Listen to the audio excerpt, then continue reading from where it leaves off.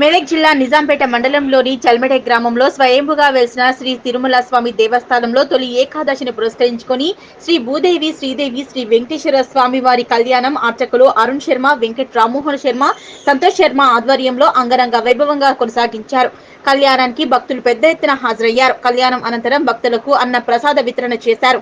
స్వామివారి ఆశీస్సులతో వర్షాలు సమృద్ధిగా కురిసి పాడి పంటలకు లోటు లేకుండా చూడాలని స్వామివారిని కోరుకున్నారు.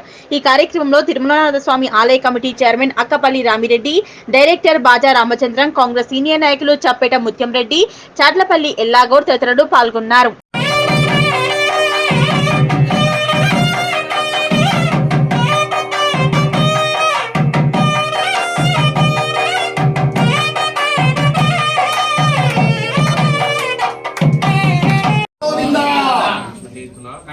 कंठे बध्नाति सुभगे लोकजीव मम जीव साजी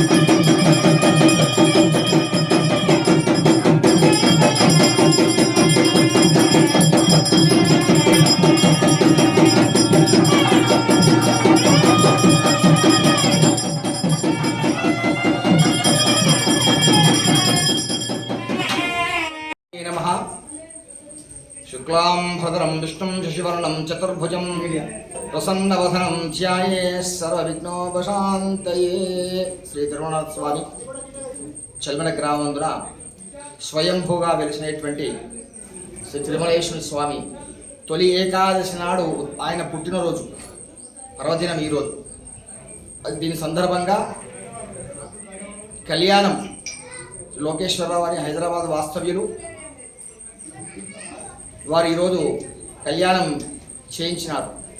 తొలి ఏకాదశి సందర్భంగా వారి కళ్యాణం శ్రీనివాసరావు, వెంకటేశ్వరరావు, గుణావతి దంపతులు, వారి కుమారులు, వారి కోడళ్ళు ఈరోజు పర్వదినమున కళ్యాణం జరిపించినారు.